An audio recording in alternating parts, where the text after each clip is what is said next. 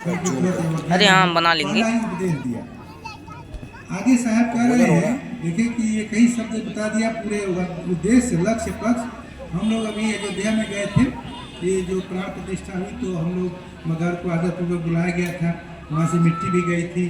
तो हम बाहर निकले, जब प्राण प्रतिष्ठा के बाद हम लोग बाहर निकले सब लोग, तो सब लोग 50 लोग मीडिया वाले सब लोग लगा के खड़े थे। तो हमसे भी इधर रह के 2-4 लोग लगाए, कहे कि प्राण प्रतिष्ठा कैसा लगा। हम कहे प्राण प्रतिष्ठा नहीं, पावन प्रतिष्ठा। तो उन्होंने कहा पावन प्रतिष्ठा, हाँ हाँ पावन प्रतिष्ठा। अनगढ़ पत्थर को लाकर गढ़ के अच्छा गंगा जल से मन से अभिनंदित करके उनका विग्रह बनाकर हमने स्थापित किया, उन्हें पावन कर दिया उस पत्थर को। प्राण तो वो देने वाला, हम प्राण कौन देने वाले होते हैं। प्राण प्रतिष्ठा नहीं, पावन कर दिया, पावन प्रतिष्ठा। उनके विग्रह को देखकर हमें प्रेरणा मिलती है, उनके आदर्शों पर चलने का हमें प्रेरणा मिलती है। न कि वहाँ जाकर प्राण प्रतिष्ठा मान कर ये जीवित हो गए, हे भगवान दे दीजिएगा, हे भगवान हमें नौकरी लगा दीजिएगा, हे भगवान हमें पास कर दीजिएगा, हमारा दुख दूर कर दीजिएगा। कोई भगवान ऐसा नहीं है जो बिना कर्म किए दुख दूर कर दे, कुछ दे दे। इसलिए हमारी संत परंपरा ये है, संत परंपरा कर्म की परंपरा है। कर वहीं बल आपने छाड़ बिरानी आस, जाके अगर नदी वैसो कसमरे पिया। तो लोग समझे कि ये किसी दूसरे संप्रदाय, हम कहे नहीं, हम लोग किसी संप्रदाय के नहीं, हम लोग कबीर साहब को मानते हैं। वो कबीर साहब तो कबीर तो इस राम को नहीं मानते, हम तो बिल्कुल मानते हैं। कबीर साहब ही तो असली मानते हैं इसी राम को।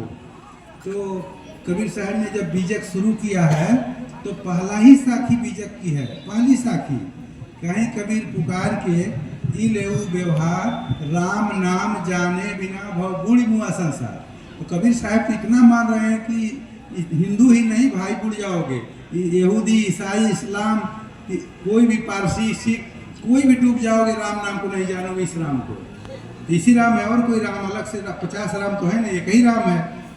तो उन्होंने कहा कबीर के राम तो अलग कोई निर्गुण है। तो हम उनको बताए कि हमारा जो वेद है, वेदांत वेद, तो वेद में एक कहा कि अथा तो ब्रह्म जिज्ञासा, हमारे वेद में बोला अथा तो ब्रह्म जिज्ञासा। हमारे वेद में नहीं बोला कि अथा तो राम जिज्ञासा, अथा तो कृष्ण जिज्ञासा, अथा तो हनुमान जिज्ञासा, अथा तो कबीर जिज्ञासा, अथा तो दुर्गा जिज्ञासा, अथा तो सरस्वती जिज्ञासा, नहीं बोला। एक ही साथ सबके लिए, पूरे विश्व के लिए क्या था, तो ब्रह्म जिज्ञासा। तुम्हें जिज्ञासा करने का, पाने का तुम्हारा लक्ष्य ब्रह्म है। पानी मंगाया। ये लोग नहीं है नीचे वाले लोग, ये लोग तो गुरु हैं, सदगुरु हैं, प्रेरणा देने के लिए, रास्ता दिखाने के लिए आए हुए हैं। तो ब्रह्म की भी व्याख्या की है। ब्रह्म कौन है? तो कह रहा है, हमारे वेद में 4 वाक्य, महावाक्य, चारों वाक्य कह रहे हैं, अयम आत्मा ब्रह्म, प्रज्ञानम ब्रह्म, तत्त्वमसि अहम ब्रह्मास्मि। प्रज्ञानम ब्रह्म, तुम अज्ञान बस अपने को जीव समझ रहे हो, दुखी हो, अगर प्रज्ञान हो जाए, जान लो तो तुम ही शिव हो। अयम आत्मा ब्रह्म। तो हमारे जो वेद है और बीजक है और कबीर साहब हैं, वो वेद के अनुकूल हैं, हमारे भारतीय दर्शन के अनुकूल हैं। अब देखिए, भारतीय दर्शन के अनुकूल है कबीर साहब, इनको निर्गुण सरगुण बता के उधर, और जो दूसरे आचार्य, भारत हिंदू दर्शन में 6 आचार्य हैं, द्वैताद्वैत, विशुद्धाद्वैत, विशिष्टाद्वैत, ऐसे आचार्य हैं। भारतीय दर्शन अद्वैतवादी है, और ये विशिष्टा, शुद्धा, द्वैता, ये सब है ही नहीं, और सब लोग उसी को मान रहे हैं। रजनीश ने एक जगह बोला कि कबीर सूर्यों का सूर्य है, तुलसी कचरा है। तुलसी गोस्वामी रामायण वाले उनको लिखा कचरा है। तो हमको तो समझ में नहीं आया ऐसा शब्द क्यों करा कि तुलसी और कबीर दोनों लोक धर्म है। तो लोग जनता के बीच में कबीर साहब जितना है, तुलसी गोस्वामी रामायण है, विजय कबीर वाणी है, तो रामायण रामचरितमानस भी है, राम भी, वो रामचरितमानस, लेकिन तुलसी को कहा कचरा है, राम को नहीं, तुलसी को। तो समझ में नहीं आया। तो कई लोगों से पूछे तो कोई बता भी नहीं पाया। एक वैष्णव संत अयोध्या के इधर कार्यक्रम था, इधर उत्तर प्रदेश में, तो वहाँ हम जगह थे, हम लोग भी गए थे। तो वो देखिए रजनीश का किताब पढ़ रहे थे और बोले तो ऐसा कोई रजनीश के लग रहा था ये पढ़ते हैं। उनसे, वो वैष्णव संत थे, तो उनसे पूछे कि आप रजनीश को पढ़ते हैं? हाँ, रजनीश के माध्यम से ही हम कबीर को जाने, और कबीर, तो इसके बाद मैं कबीर के पढ़ने के कारण के लिए ही रजनीश को पढ़ता हूँ।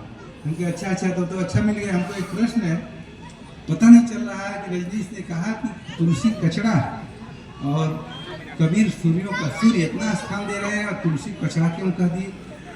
तो उन्होंने कहा कि 10-12 इसके लिए पॉइंट है, बताएं तो समय लगेगा, एक पॉइंट केवल बता रहे हैं।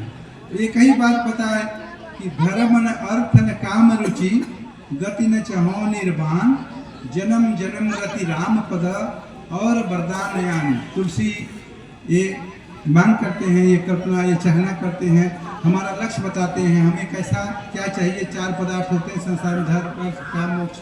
गोस्वामी जी, तुलसी जी कहते हैं ये सभी धर्म अर्थ काम मोक्ष कुछ नहीं चाहिए, एक ही चीज चाहिए कि जन्म जन्म रति राम पद और वरदान यान, और नहीं चाहिए, राम के चरणों की रति चाहिए हमें।